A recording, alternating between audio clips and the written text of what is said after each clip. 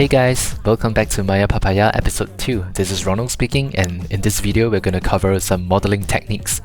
This Maya tutorial series is designed for beginners, so if you haven't watched the first episode, I encourage you guys to go watch it because it covers the UI and the navigational stuff in Maya and how to generally interact with the objects in Maya.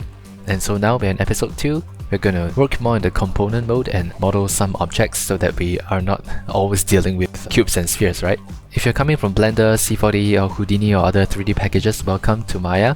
It hosts a robust modeling toolset, and the way I model is maybe kind of old school, but I think there is some merit to that. There are many different ways to create an edge loop, for example. In this video, we're going to create this Hex Nut over here. The Hex Nut is a good way to get into modeling. Well, for one, a donut is pretty good too. Blender guys would know that there are many people who start with the Blender donut, where the shape is organic, there's a lot of forgiving forms on it, and you can be creative about it, right? So the Hex Nut is something that I found that is very good for beginners to practice because it looks like a very simple form, but it involves a lot of careful studying of the form and the object and the shape and the proportions. It trains the eye to observe and make some notes. It could be mental notes, it could be actual notes that you write down. Basically, it trains the eye and it really helps a modeler get good at spotting the differences and getting the proportions right and getting the scale right. So you can see in this render here, it's a simple scene, it's a plain background, so we're going to do that. There isn't even a floor. There are some cables holding these nuts together, and we're going to just arrange them in this 6-sided hexagonal pattern. Yeah, so this is the doodle that we're going to do today. I'm going to refresh you guys how to create an object here. So there is the polygonal modeling shelf, so you can click on these objects here. And the way I like to do it, which I'm going to show you now, is to hold shift and right click and hold the right click, and that's where you have this marking menu that appears. And with your right click held down, you can hover over and highlight the, what do you call this, a button of the object you want. And when you release your key, it will basically execute the one that you have chosen. Right, so in this case, we can create, say, a plane, and this gives a default plane. It's a little bit far, we could zoom in ourselves, or we can hit F, that brings the camera a lot closer. And you notice that you cannot select any of the faces or the vertices. That's because we are still in object mode, right? So if you hit W, we are moving the entire transformation attributes of the object.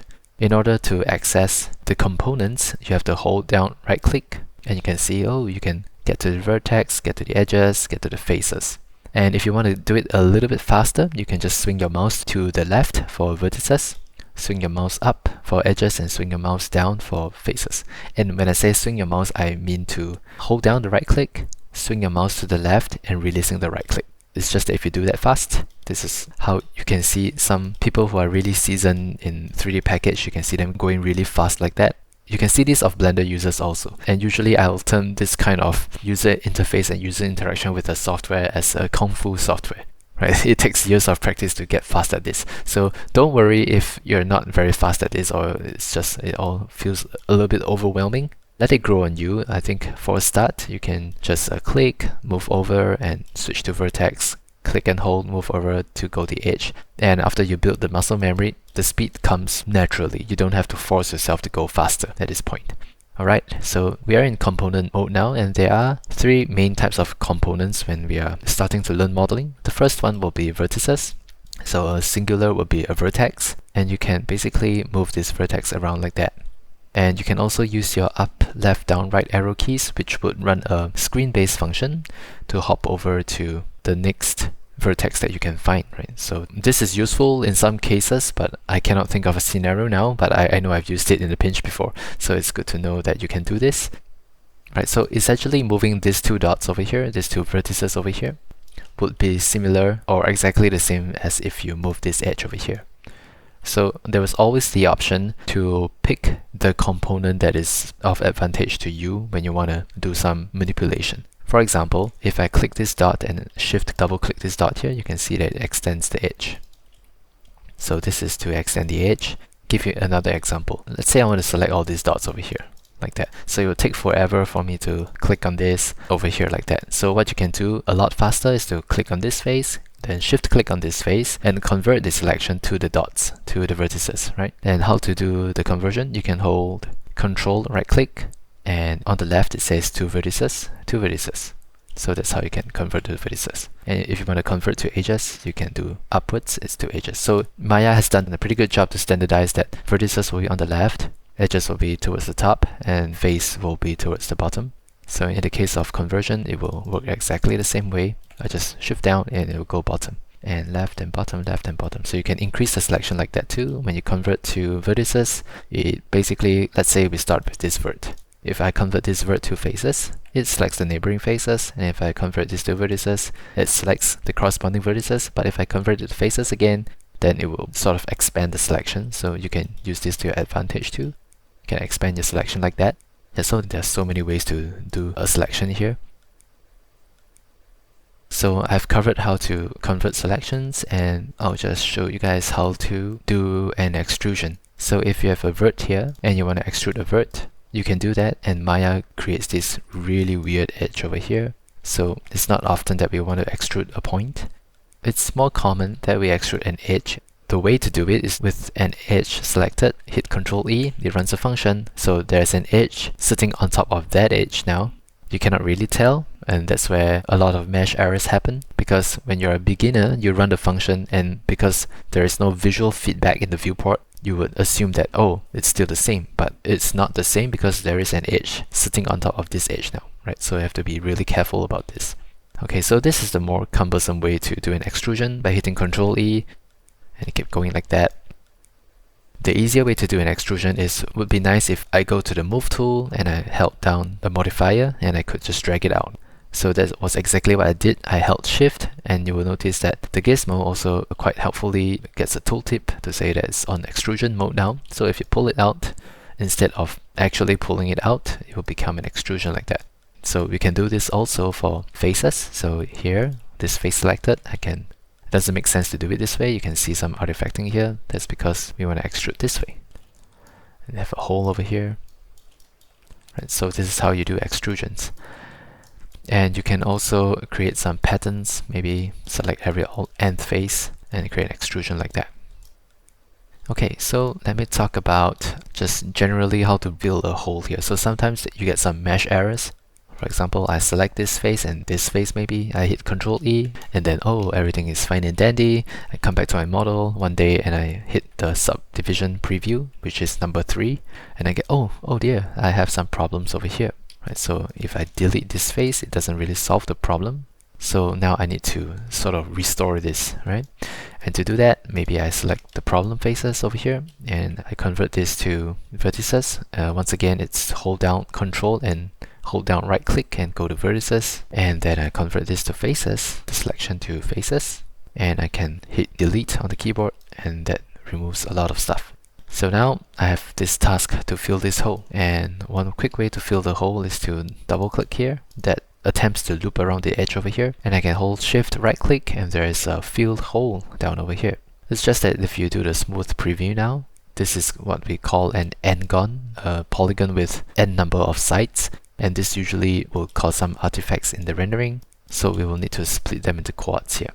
So I can do the multi-cut tool using shift right click, multi-cut right on the left here. So it's shift right click. So I'll click here, and to commit to this operation, I can right click and it commits to that operation. Click here, right click here, right click here, right click here, right click here, right click. So that has solved the operation there. We restored those faces. So don't freak out when you see some problems over there. Most of the stuff can be fixed fairly easily, unless you repeat that for the entirety of your model, which is quite common for people starting to learn modeling. That's where maybe it's better to restart the model. But I'm here to share with you this information so we don't ever fall into that trap, right? And next, you might be wondering how to, let's say, I'll just select some faces and I want to fill this hole. There's this other option, which is with the object selected. You have to go to object mode for this. Shift right click. There is a append to polygon tool. If we go there, we can left click on this edge and left click on this edge, and then hit Y, which selects the tool again, or you can hit Q, which changes it to a selection tool. The difference is these has no division here, so it's not actually connected. So what I can do is to run an edge loop across this edge over here by selecting this edge first and hold Ctrl right click, go to the edge ring utilities and edge ring and split. So that will split a line down the middle. And the function and the history is here on the right side. So clicking on the function that has executed, we can change the split type to multi, and that splits it to thirds like that. And this is still not fixed, even though it looks like it, because this point is not connected to this point. So now we gotta merge these two vertices together, and we can do that by having them sit on top of each other as before. Select both of them and hit Shift right click, merge vertices at the top, and merge vertices to center. And we can do that for this one which is not merged also. So now we can see that just clicking once allows us to check that it's all merged together. If I hit 3 for smooth preview, it works fine. Right, and then we gotta fix these two. Now it's merged together. And we can also use the bridge function. So for example, throw a bunch of this stuff away, and I can build a bridge from these 4 edges to these 4 edges here. So the bridge function has a prerequisite where one end of your selection has to be the same count as the other end of the selection, right? So this is 4 against 4. So now if you shift right click, there is a bridge over here. If you select that, it creates a bridge over here, and you can look at the division count here and change it to 2. That also divides it equally into thirds over here. And you can, I believe, also can do that for these 2 edges here. And if you want to repeat a function, which bridge was a function, you can hit G on your keyboard, and that creates the function again, create 2 divisions again. But because I created these 2 bridges separately, it's the case that these verts are not actually merged together. So I will need to merge them, merge them, merge them, merge them together. And it's done now. Let me attempt something. If I select all 5 here and run a bridge, that works too, so you could have saved some time. So that's how you can restore the faces. Or you can create interesting shapes. Another way to bridge is to bridge not the edges, but to bridge the faces, right? So I can select this 4-sided face over here and this 4-sided face over here, and run a bridge function. So bridge faces, and see it immediately draws this bridge over here, despite the fact that it's not exactly the same size. And we can introduce divisions over here, and we can also change the curve type to blend, and you can see you can create an arc over here, right? So I think you can use your imagination of how you can use this tool now. Okay, so let's talk a little bit more about merging. If I duplicate this object here and sort of snap it here, I'll show you guys snapping very shortly. But these are 2 separate objects here, right? If I access the component mode, I can only access it one at a time because they are 2 separate objects. You can see in the outliner there are 2 separate objects here. So if I want them to connect together into one object, I can select both and hold Shift right click, and I can choose combine. This combines both together, and if I delete the history, you can see that p-plane 1 and p-plane 2 is gone, leaving us p-plane 3. But if I go to the component mode and double click on one of the right side here, you can see it kind of terminates here, and that's because even though it's in the same object, sharing the same object space, it's separate components, right? They have not been merged together. So then you might go, oh, I have to select this 2 verts here, merge to center, and go down the entire thing, right? So once you've done that, I only done these 3 over here, but you double click, it already understands that it's part of the same object now. But what we have not done is to merge all these vertices. So if we hit 3 now, we can see some funky thing happening here. And it's also the case that these edges are not actually merged together. Yep, here. There's something really weird happening here. So what you can do is to merge vertices by distance, right? So let's go to vertex mode and just do an overall selection here, or if you know very clearly that this is the area that we want to tackle, so you can isolate to this area here, just draw a rectangle selection. And you can hold Shift right click, and instead of going all the way up, we can go to merge vertices here first. And there are 3 options here. We have already covered the idea of merging them to the center, which is not what we want. The other option here, which is really helpful, is to just merge the vertices, and you might be wondering what does that do, right? This little thing pops up and tells you that it was merging based on a certain distance threshold. This is 0.01, which is 0.01 world units. And you can see here that one of these lines over here, that is 1 world unit, so 0.01 is really small, right? It's right about there. And because it's in its vicinity, it will actually merge it. Once that's done, we can verify this. We hit 3, there's no artifacting there, and we can select one of the edges here, and as you can see, it's perfect. So we fixed that. So we have covered quite a bit now, and next I'm going to show you some mirroring tools. Usually the frontal axis is Z, so I will split the geometry down here and move its pivot to this point here. Just to recap on how to move pivots around, you can hit Insert. It gets to pivot editing mode and you hold down V and just middle mouse and click and brush on your target, for example this vertex here, right there, and snap it over there. You don't have to care about your source, you only have to care about your target. So I want to snap it here now, I just middle mouse and brush it in that area, then I'll snap it there. And to exit pivot editing mode, just hit Insert on your keyboard again, then it's now the normal moving tool. And now I want to snap it to this world origin grid. So I hold down X, which is the snapping option for the grid. So if I hold down X, you can see where I'm circling now. If I press on X, it basically toggles it on and off. If I hold it down, it will be held down as grid snapping. So with the grid snapping, the X key held down, I can middle mouse my target, which is not any vert anymore. It will be one of these grid points here. Right, so that one, this one, or this one. In this case, I want the world origin here. So it's been snapped here, and now I have the option to mirror this side of my geometry over to this side. So that would be the positive x-axis to the negative x-axis. And to do that, I have to hit Shift right click and look for mirror. And the default axis is the x-axis, and the default direction is from positive to negative. So the default is friendly for us here. You also notice that it made a triangle here. Well, that's because the border option here is to merge the borders, so it attempted to merge it. And the distance threshold here is quite high. This is almost 0.2, which is 1/5 of 1 unit here. So it found that, oh, it's kind of near, so it merged it, right? So we can lower the distance threshold here.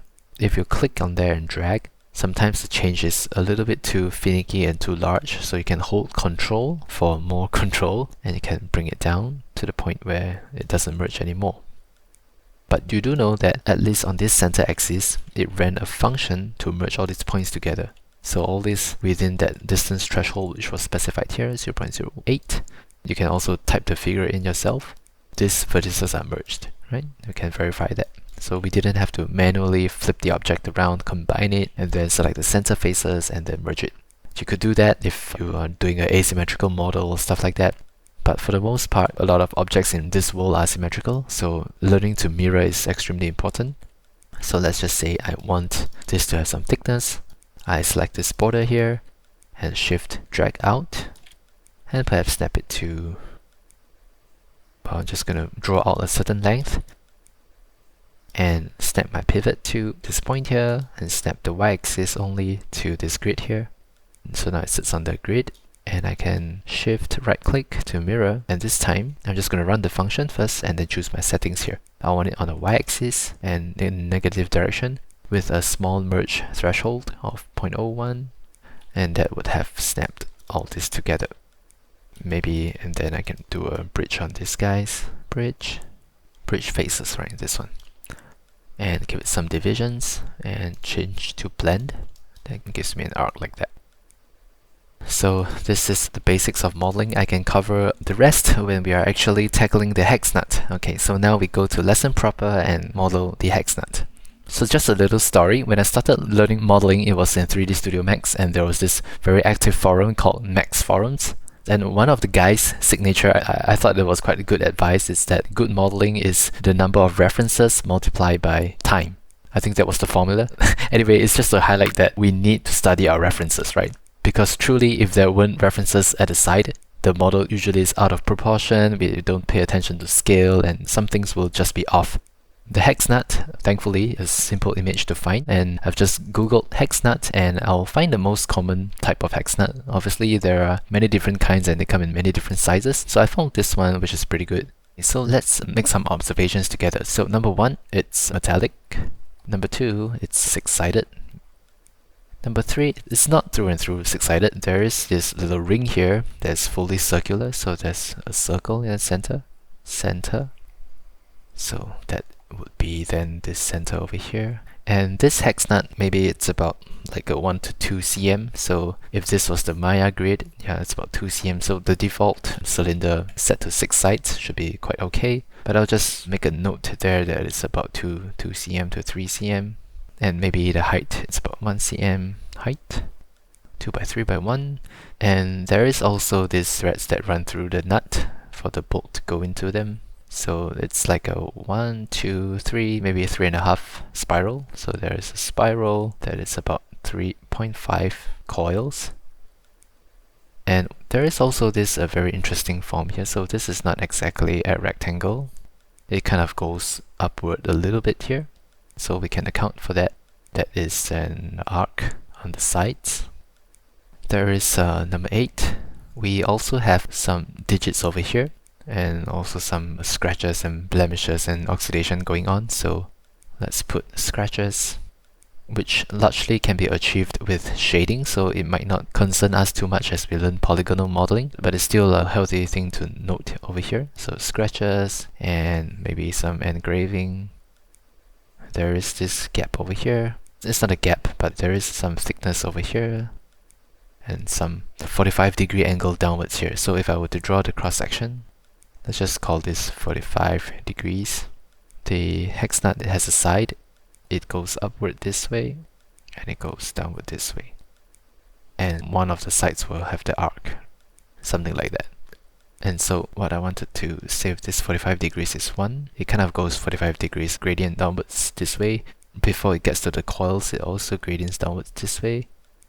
Before we get into the center core here where the coils run, right? So there is this 45-degree angle over here. So it's about 10 things to take note of, and maybe you're seeing something and it's staring right at me, but I cannot tell. But this is the 10 things that I can tell for now, so you can kind of pay attention to that. I guess the one last thing is that this is not 100% sharp. There is some roundedness here. It is quite sharp, but it's not to the point where if you touch it you will bleed. So we do want to make sure that it's slightly rounded even though it's a corner. So just make a note, not 100% sharp. So these are the notes and we'll tackle them. So there are many different ways of symmetry. There is one way, it's to create a cylinder and make it 6-sided.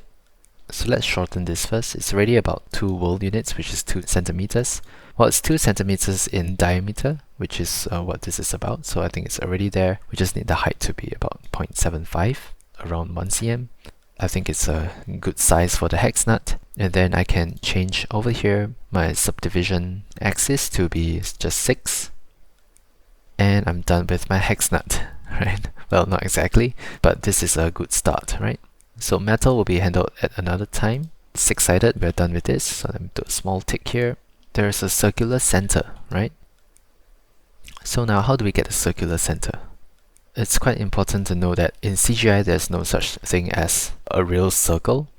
It's always like the number of samples we have on a curve, right? So a curve in CGI is basically just a bunch of straight lines connected together to form this line. And you have more samples in between. Instead of this 4 points, you have 8 points.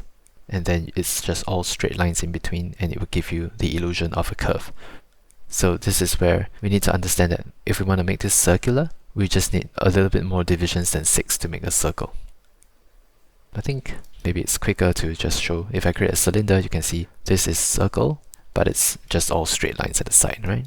And you can increase the divisions like that. So in order to create a convincing circle, we need like maybe 16, at least 8 sides. If we go to 6 sides, it's really tough. But 12 sides or 16 sides, just choose a nice even number so that there's symmetry on both axes. In case we want to mirror, we don't run into a problem where there is no center axis over here or some other funny number like that. Okay, so you see all the odd numbers will give the problem where there is a center line here, but there is no center line here, right? So this is all not good values to choose. Generally speaking, 8, 12, 16 are pretty good values to choose from. Right, so here, we don't have enough, right? So maybe what I can do is to go to the creation options here and create a bit more subdivision caps. So this is 6-sided. I can select this both and delete it. And maybe we can attempt to hit 3 and then we see, oh, it's kind of circular, so that's kind of nice, but we also collapse the edges over here. And then to tighten these corners, I just double click on all these edges here and run a bevel function, which is shift right click and bevel, and tighten the fraction over here. Hold it down Control for a bit more control, and you can see it's holding that shape. And maybe I add an edge loop here, which tightens this edge here. That is when we hit 3 for smooth preview, we don't run into any issues, right? So there's one way to do it. And if you notice, I'm ignoring the bottom half because I can run a split down the center here. That is selecting this edge and hold Control, right click, go to Edge Ring Utilities and to Edge Ring and Split. Or you can use the Insert Edge Loop tool, which is Shift right click, Insert Edge Loop tool. Right, and you click and try to find the center here. Or what some people do, which I'm not a fan of, is to go to the tool options here and start to mess with this, how many edge loops I want, and then snap it to 2, and then it starts snapping with some of these options over here, which gets really cumbersome. Because I like to use the edge loop tool to put edge loops where I want them to be, right, without having it to restrict my movement and having to open the tool options all the time. Right, so what I generally like to do is to just use the edge ring and split option for the edge loops, and I know it will split it down the middle. And if I want more, I can just head over to the options here, change this to multi, and increase the divisions here. So right now, I was just splitting it down the center. So right now it's different, right? The top is tightened, the bottom is like rounded here. And if I entirely mess this up, for example, delete a couple of faces here, delete one face there, right? So it's kind of like, oh, I'm gonna freak out here, right? But actually, I have a top half that's perfectly fine. So I can actually hold Shift, right click, and go to mirror, and just mirror along the y-axis. So this is default the x-axis, which is trouble for us because you can see it's doing this crazy thing where we don't actually have a center line on the x-axis. So it goes crazy there. So don't do that. Instead, run the mirror function and look for negative y. So it mirrors it downwards. With that knowledge that we can always restore this, we can safely only model the top side. And if you think about it, you can even just model 1/6 of the model here, right? You can add all your detail on just one of these wedges over here, right? So if I toss this, I can basically model a hex nut like that. So my 45-degree thing over here, I can start to extrude this way, start to do in and outs of the thread or something like that, and run it this way, and perhaps end it this way. But this is extra imprecise and it's very difficult to work at this 30-degree angle here. So there's some inconveniences here to model by this segment. But in theory, you can also restore this by making a copy of this and just hold down J as you rotate on the y-axis to find this -60 rotation, and then another Shift D, Shift D, Shift D, Shift D. Right, let me do that again. With the first one selected, hit Shift D, hold J, rotate the correct increment, and you can successively hit Shift D and it will create all these sides for you. But then you have to go through the trouble of like combining them and merging the faces, deleting the overlaps and stuff like that. So this is all the hassle. Let me just undo to the point where it's still one piece like that. Okay, but the point of me explaining that is to have you guys understand that you have to be very strategic about your modeling. If you notice that, oh, maybe I can get away with only modeling 1/2 of it, do that. If you think it's convenient to just model 1/6 of it, and you have a nice way to solve the angles and maybe cull it away at the 60-degree angle at the end, do that, right? You can basically strategize the way you want to model this. In this case, I think it's quite convenient to just try to attempt to make this a circle. So one way around this is you can, let's just first toss the bottom half because we understand that we can always restore it. And on the top half here, I can double click here and I know that this is probably around 16 sites, and I can go to heads up display and poly count over here, and we can see that there are 12 edges here, which is healthy to create a circle. If I want to know where to move all these vertices here, it's kind of like impossibility because how do I spread this out evenly? It's quite difficult, right? So instead of doing that, I can make a template object for myself, right? So I create a cylinder. I know there are only 12 sides that I want, and I can also size it down. And now I can hit 4 on my keyboard and sort of move this point here, step this point here, step this point here, this point here, so on and so forth, right? So this is one way of doing this. If I run through this whole thing, and you can see there's a slight offset, so maybe I can attempt to rotate this way. Okay, and I can toss this. Okay, now I've got this, but it's not bad. And I can sort of snap it to, on the y-axis, to this point here, maybe size it bigger, and size it smaller, and overall move this one upwards, extrude inwards, and move it down to 45 degrees, and extrude again and snap it to the grid, right? So here, I have successfully sort of created my hex nut, and to tighten these edges, I'll add an edge loop here, edge loop here, edge loop here, edge loop here, edge loop here, edge loop here. Oh, there already is one there. So let's see if this works. It kind of works, but we don't have enough resolution for this curvature over here, right? If we want to increase this for that arc that I was talking about, it's okay, it kind of gets the job done. So yeah, this is not bad, but I think it's not evenly distributed enough. This doesn't convey an arc prior to smoothing, so it's a bit of a stretch for the smoothing algorithm to do this job. So I would like one more edge loop here. But then if I were to split it here, for example bevel this, then you can see that this suddenly becomes non-circular anymore. So this is all trying to highlight that there will be a little bit of pre-planning that goes into the modeling, right? And don't be afraid to just collapse this, right? I can just edge ring and collapse. That collapses the edge ring, and loop and delete. That removes that, and select some of these edge loops. Edge loop and delete, edge loop and delete, edge loop delete. I'm hitting G now. Remove a bunch of these edges, and maybe even double click this edge loop here. Convert to faces, increase the selection by hitting down Shift greater than. That's your full stop button on the keyboard. Or if you want to string your selection, hit Shift less than. So I'll do this again. Shift greater than, and convert to faces. Convert and increase my selection again, and I can toss them all away. Right, and at this stage, maybe I want to split here, and maybe give 2 more divisions here. Split here, give 2 more divisions here. So this is pretty quick to do. I'll just run through it. Split here, 2 more divisions here. Split here, 2 more divisions here.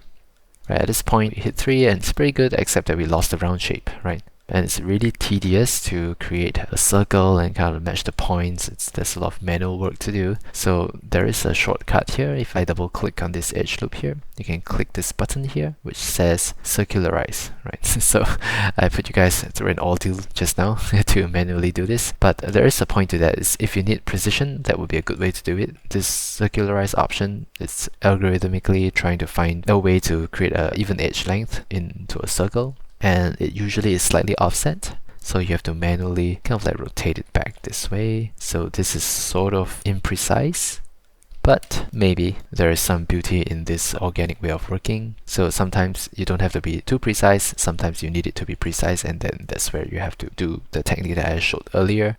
But otherwise, this circularize function, as long as you compensate it towards the end to make this all symmetrical, it's a huge time saver. So move this up here and do the operations again. So hold Shift, extrude, extrude, go for the 45-degree angle, and extrude again and snap it to the grid. Right, so let's tighten the corners now. Before I tighten the corners, I'd just like to move this center edge of each side up. So just 6 of them, just up a little bit, and we can then select ones at the side.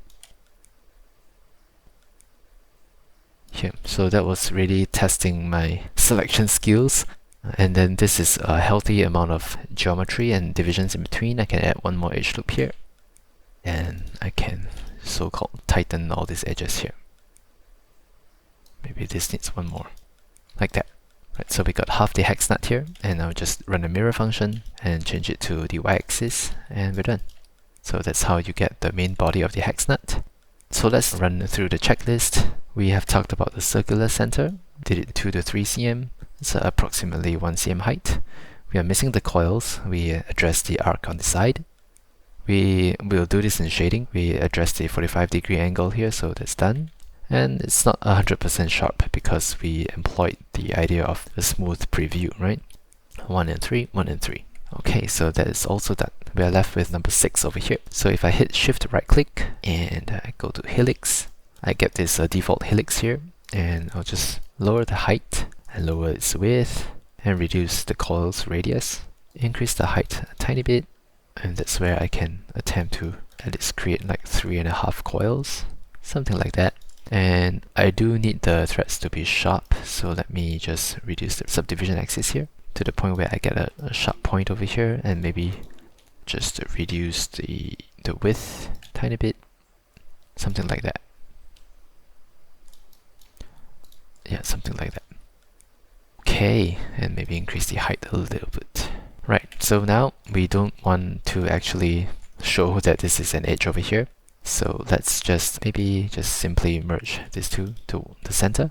Oh, that wasn't good. Maybe merge this entire face to the center. Yeah, that's okay. And I can do that for the bottom here too. The entire face, merge it to the center, and perhaps I can delete the outer edge here. I don't need the outer edge. Well, the outer edge is now the inner edge because it's a coil, so maybe I can delete that edge and delete this edge here. So if I double click here, it doesn't run through the entire loop because I removed this edge loop here. So I've broken the loop here. So when I double click, it only selects the outside one. I convert the selection to faces and delete, and that leaves me only the inner face. And I can manually delete some of these faces here. Right, and if I hit 3, it's not bad. I can also just select this face and shift right click. There's this average vertices which studies the neighboring points and kind of like averages itself to its neighboring points. So I'll do that for this one and do that for the one at the bottom here, and maybe for this too, and lower the iteration count a little bit, just one. Do it for this one too. Average vertices, just one iteration will be enough. And I do want this to be a sharp edge, so I can insert an edge loop here and insert an edge loop here. So this will be like a sharp edge. So now if I hit Ctrl 1 to exit isolation mode, I think this is okay. So it depends on how near we are going to the hex nut, and for most purposes this should be fine. Alright, and we're done with the hex nut. I find this hex nut a little bit tall, so instead of scaling this down, which loses the angle of the 45°, what I'm gonna do is to go to side view and select this top faces here, just move it down and run a top-down mirror function and delete the history. That makes my coil a little bit long, so I'm just gonna scale the coil down this way. Yeah, so I think this hex nut is pretty good, and I'm just gonna freeze transform, delete the history and center pivot. That removes all the not very useful history over here. And there's this empty null that has appeared, I don't know when, so I'm just gonna delete that. And we can call this hex nut main, and just call this hex nut thread. Okay, and we're almost done. I'm just gonna save this file now. Okay, in this part of the lesson, I'm just gonna show you guys how to lay this out in this fashion over here, and then create a backdrop and do some basic lighting, right? Okay, now that the hex nut is done, I'll show you guys how to arrange them in this manner and try to create some procedural animation on this so that you don't have to set a single keyframe, and then we can get a result like that. With these two, I'm just gonna group them up by hitting Ctrl G and then call this hex nut group. With this hex nut group selected, I'm going to go to this tab called Mesh. So this is like a software within Maya, a software within a software, a plugin I suppose. When you click on these 4 horizontal bars here, it opens the mesh editor. And with the hex nut group selected, go to create and create mesh network. And on this mesh network here, it's a good habit to just name the mesh network. I'm going to call mine hexnut_mesh, and that should populate to the distribution nodes here. So by default, it creates this repro mesh, and you can center the distribution and add some of these nodes over here. That kind of nodes kind of just layering on top of each other. So if we do this one that's quite fun called signal, you can see that's kind of like moving around. But this is not a simulation by any means, so if you just push it too far, you can see some of the hex nut will basically intersect with each other. And let's find one frame. You can see that there's no concept of the awareness of these objects over here. Okay, so let's delete that signal node. I'm just gonna find a way to arrange this in a hexagonal formation. So instead of creating so many, I'm just gonna create like 3 and not pull them so far apart. And also, once that is done, I'm just gonna use the replicate option here and just create a few replicants. Maybe just this number of replicants, and under this pattern tab, offset the x-axis over here. And if I hit a limit over here with my left mouse button, in this field I can hold Ctrl and left click, and I can push past that value over here. Okay, so I can do that. And also I think this is pushed way too far, so I'm just gonna collapse this nearer. And maybe it's a good idea to access this from the top view. Okay, something like that. Yeah, so now we can perhaps create maybe a few more replicants. Yeah, something like that. And I'm not sure if I actually need so many. I'm just gonna collapse it like that. Again, from the top view. Something like that. And truthfully, I only want just some of this center 6 pieces over here. So how do I delete some of them? Well, if I create a debugging node called the points node, you can see that there's an index number on each one of them. And truth to be told, I'm only interested in 1, 2, 3, 5, 6, 9, 7, and stuff like that. So I can add a visibility node here and just specify which one I want to filter off. So it's 0, 4, 8, 10, and 11. So 0, 4, 8, 10, and 11. And hit enter. That basically removes the visibility for this point here, right? The points node is still there, but at least we know that it's basically gone. And you notice that I cannot actually move this repro mesh node because this geometry as of now is procedurally generated, so we shouldn't attempt to move any of these transformations. Neither would they work, right? So let's not even move that. To move stuff in the mesh network, you will need to abide by mesh network's rules. So you need to add a transform node. And with this transform node, you can sort of like move the options here, but you can also create a null by right-clicking in there and choose create null. And that puts it to this gizmo here, which now you can move the positions of this gizmo, which then informs how much to move your mesh network. Yeah, that's it. So let me just rotate this to face the frontal axis. And this is the part where I'll create a signal node, and instead of randomizing the positions like that, I'm just gonna zero them out and randomize only the rotations of the x-axis. And it's playing back a little bit fast, so let's go to playback speed and choose real time. By right clicking on the time slider, go to playback speed real time. Right now on frame 100, it pops to frame 1, so I'm just gonna choose my noise type to looping. It's really slow, so I'm just going to change also my rotation X to maybe 720, so there's a bit more variance. And maybe my noise scale should be a bit more than 1, so maybe 5. So it still pops, right? Why is that? To make sure it loops at 100 frames, we go to the loop frames over here, which this was stored away, so I didn't see this setting. You just have to type 100 in here. And the step amount was 120, I believe, by default, so let's not mess with that, and it runs like that. And I just want 720 degrees on the rotation x-axis, and this looks pretty fun. Right, so I can't wait to render this, but we do need a background and some lights. So let's head out to Arnold and open the render view. So I've kicked off the Arnold render view, and there's nothing in there, and the reason is because there's no light. So let's head over to Arnold and create a dome light. Hit the playback button and we see some light, and let's just set the camera here. So I'm gonna select my perspective camera and hit Ctrl Shift C. That creates a copy of the camera from my viewport, and I'm gonna rename this to render cam and just do the usual drill. I'm gonna change to a long focal length of 120 and also turn on my resolution gate and turn on the opacity to full and make it black so I know what is in my 16:9 framing over here. I want a low angle shot, something like that. This is what I'm gonna render. Okay, so let's make a backdrop now. Shift right click, create a plane, scale it big, rotate this to the front, and check that it's 90 degrees, and just hit the move tool and shift it backwards a little bit. So if I hit play now on my viewport, oh, that's not my viewport, you can see there's this gap here, whereas we don't see a gap here. Well, that's because this is still rendering the perspective camera. So let's stop that and switch it to the render cam and start the render again. So in my reference there, I made it bright red, so I'm just going to right click here and assign a new material. And I'm going to choose Arnold and Arnold standard surface and just make it a deep red color, something like that. And we need some lights because there is no light texture in here. So I found some on polyhaven.com in the HDRI section. I'm just going to use one of them, and I cannot distribute that with this tutorial because of licensing issues, but you can hop there yourself and find something that's suitable. So let me just click on File and just find it from my drive. And one that I think worked pretty well for this doodle is the skylit garage.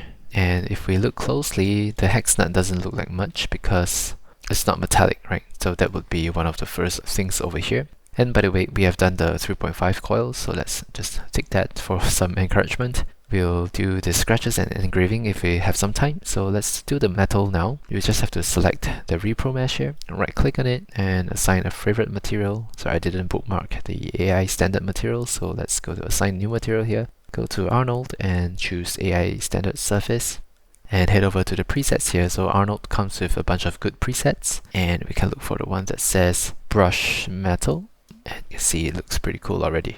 We can go for a brighter metal by sliding this color up to white, and yeah, that's already looking pretty good. And you can see here that these are faceted faces. Well, that's because one way to get rid of it is to smooth out the normals.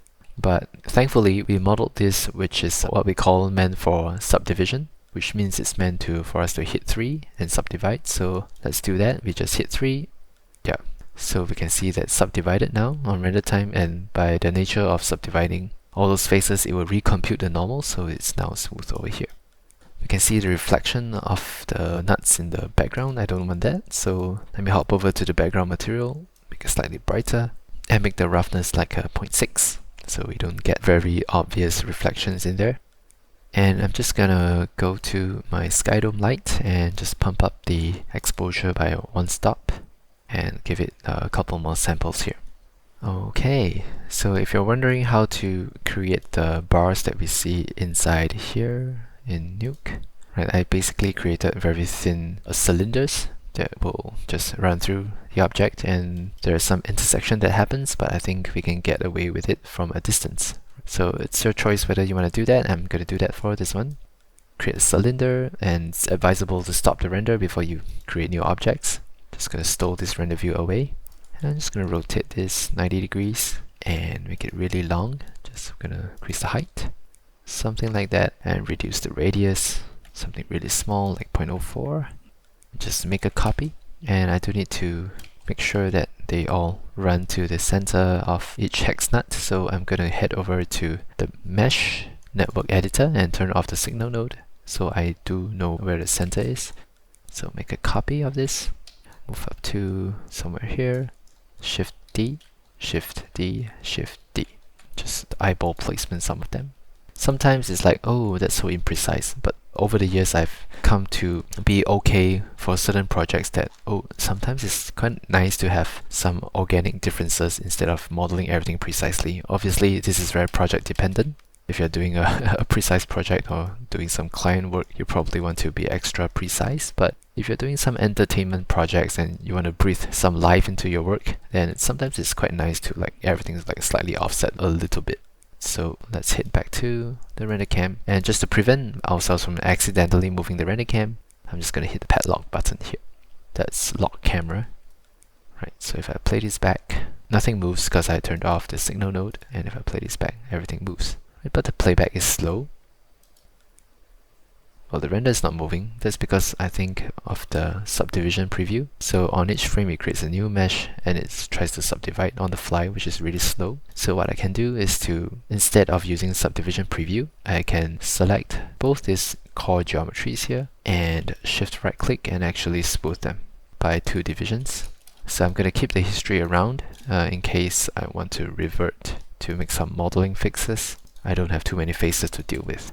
But right now what happened is I'm going to go to shading and choose use default material. Well, let's just unhide the source geometry here for the mesh network. Yeah, so this was the geometry we were working on. So what I did here is, instead of with both selected, I can choose poly smooth face, just turn the divisions off to 0. So by default it's like that, and I just subdivided it once and twice, and it actually computes the subdivision on 1 before it then gets populated through this mesh network into these areas here. So the division computation happens before it starts turning it around, so it should make for a smoother playback here.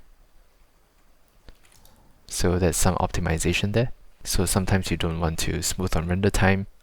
It's always okay to smooth on render time, but if you want some interactivity, then you can plan your order of operation a little bit more efficiently. To do kind of engraving, we need UVs, and we haven't talked much about UVs. I can get into detail in another lesson. For now, let's just go to our source material here, and I'm just going to remove this poly face and add them back again later because I want to fix the UVs before I subdivide it. So let me control right click on it and delete node. Oh yeah, and they're both gone. Well, let me just check the UVs of this coil here. It's not bad, it runs through the whole coil, so I just have to select this and unfold and just rotate it straight. straighten UVs.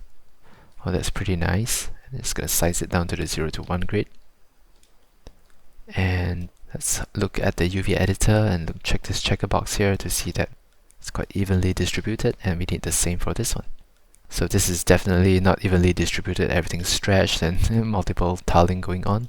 So just a quick way to do this is to go to UV automatic, and this gives some basic UVs. You can see here it's done a fairly good job. Maybe some contentious areas would be this one. We're going to split it up because we don't want the texture to run over to this side, stuff like that. But otherwise it's looking actually pretty good out of the box. And if we really don't want this little jagged preview here, there's also the option to go to mesh display and soften edge. Then it looks generally softer if that's bothering you.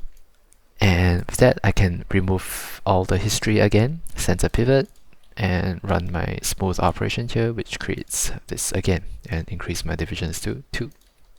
And once again on the actual repro mesh here, I will not do a subdivision on render time by hitting 1. Okay, that forces it to render just as is. So if I play back now, you can see it's looking really good. Well, there's not much difference from before because I haven't added the textures. I only prepared the UVs for textures. Right, so let's head over to shading now. Open the hypershade, pressing this blue ball over here, and let the hypershade load.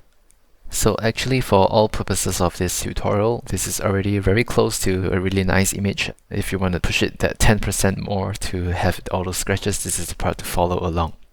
Alright, the hypershade has loaded, and I'm just gonna click on my geometry here. And you notice that I stowed away a lot of panels that I don't need in the hypershade. Usually I just leave the browser here and the expanded node editor, so you can close all of those stuff if you want a layout like mine. And with the object selected, I can hit on this in and out button over here, which graphs the in and out nodes that fit to your current selection. So let's do that again, and with the AI standard surface, let me graph in and out, and I can see that there are no textures that are fitting into this. So now I'm just gonna open the render view and maybe stow it this corner, click on playback, and also shift it to the correct camera. So the wonderful thing in the Arnold render view is I can click here and I can select the materials I want, right? So that's really helpful. And let's just zoom in here and let's bring in some textures. So let me get some real estate here.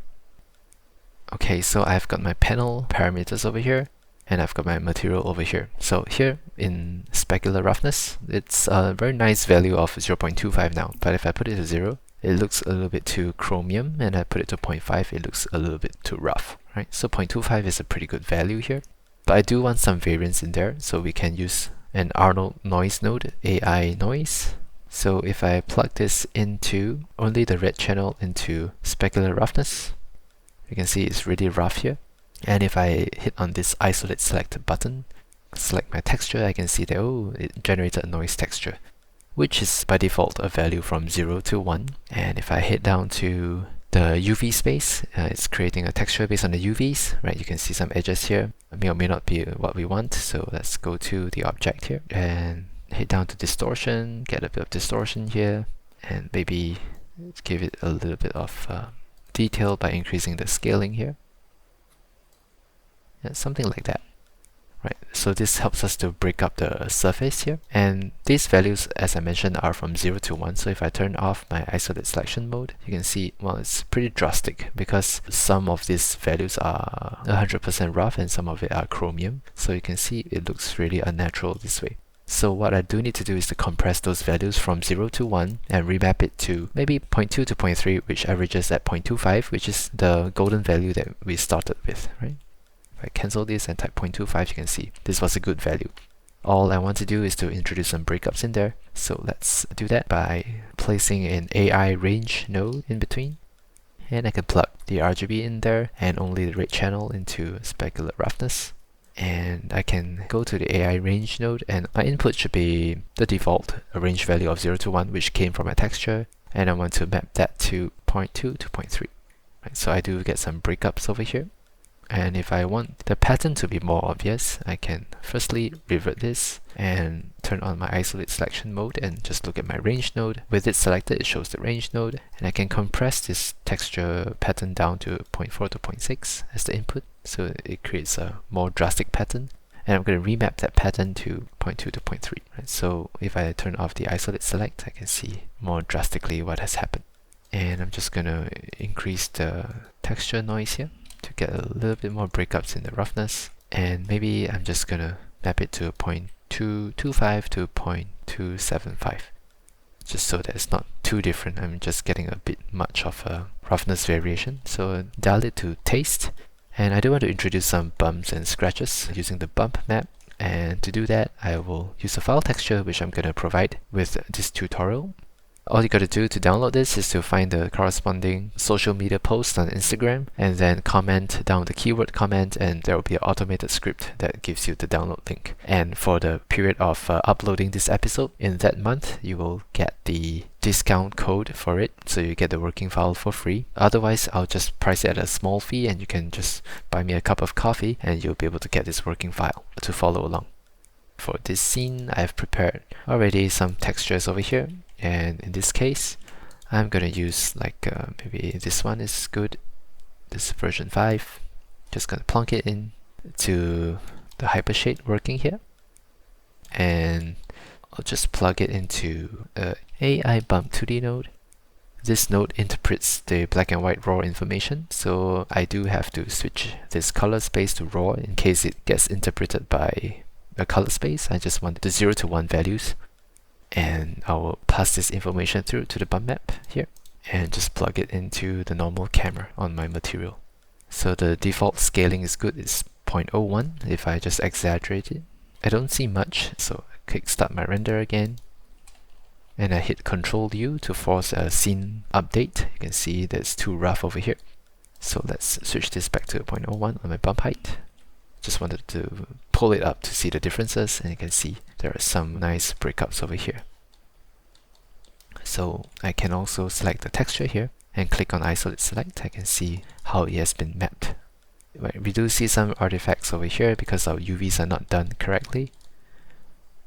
So this is the rod that passes through, and the UVs are not done perfectly, so we do see some repetition and seams over here, but in the grand scheme of things, it's not really obvious. And there are some techniques to go around this, for example triplanar mapping and some other techniques, or just start with a better texture that tiles, that will also help, and start with better UVs. And I will reserve the triplanar stuff for a more advanced course on lighting and rendering. So if you are interested in that, please leave a comment below that you're interested in more advanced lighting and shading techniques, and I can show you them. So I do plan to make a very comprehensive shading tutorial. Yeah, so any kind of noise helps me to bump up like what's important to you guys ahead of the queue, right? So please comment below if you're interested in that, and I can keep you updated when that course comes out.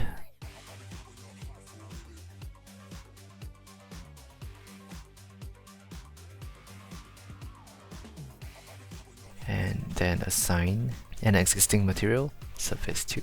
And I'll just want to go in to stop the render.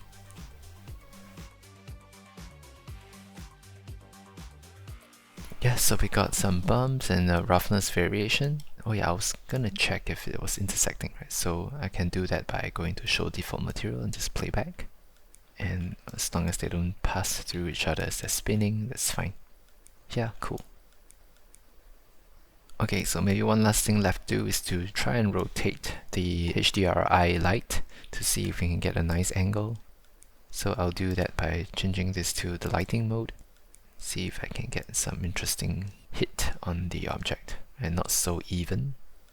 This is pretty cool. Let's check in shading. Oh, that's too bright. Oh, this is not bad. Easier to see it when it's smaller. I actually like the shadow that's created over there. There's some interesting lights and shadows that will go on, so I think I'll keep that. And perhaps I can move this nearer.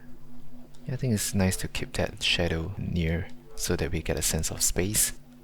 Yeah, I think that's it. I hope you guys enjoyed this tutorial on hard surface modeling and you guys learned some techniques. I think a lot of modeling is just a lot of studying of the form and how keen your eye is, and the other part is just practice how some of these edge flows should work to avoid any kind of pinching. But once you guys get into it, it's kind of addictive, because if I rewind back in time to the time I was learning modeling, I almost saw everything in wireframes, right? So I think if you're really interested in modeling, you should go down that path a little bit, just for a while, just doing the deep dive into that. If you like some extra practice, you could find another part. We have just done a hex nut, and maybe you can do a bolt, and you can see what the challenges are over there and just make a doodle. Yeah, and perhaps make a turntable of the nut or the bolt that you have created. Or you can try to use the mesh network and arrange it in some cool fashion like that. If you guys create any renders with some of the techniques you learned in this lesson, please tag me on Instagram so you see a bunch of Houdini stuff. And like I mentioned, I do want to create Maya stuff. I'm a long time Maya user. I love Maya's tools, especially the animation tools. So the next lesson will be touching on modeling. And I've already alluded to this, we will do a donut. Perhaps I shouldn't call this Maya Papaya, maybe I should call it something like Let's Go Nuts, something like Maya Nuts. Anyway, the idea is that it's also a really simple form, so it helps to draw a parallel between Blender and Maya if you came from Blender. If you just came from Blender and then you realize that, oh, maybe the school is gonna teach Maya and you wanna kind of like transition to it, and a little bit iffy and kind of unsettling to move into Maya, I'm gonna show you guys how to model a donut. And if you like the working file and some of the source files for this, look out for the social media post on Instagram. For example, I was doing a Houdini tool giveaway here. And then basically towards the end of last year, I said I'm going to give away this Lego brick generator, which I spent some time to look into and create this Lego brick generator, which adapts to all kinds of optimization and rendering needs and indentations and studs and word marks and whatnot. And I thought it was like Christmas and it's good to do a giveaway. So I just had followers commenting brick, and then they will automatically receive a link and they can download it for free. So this is the kind of social media post I do from time to time, so you can look out for it. Alright, you can give me a follow at Ronald_Fong. Thanks for sitting through this video and hope to see your work soon. Once again, this is Ronald speaking, and I'll see you in the next video. Bye! I've been coming up hot for a minute.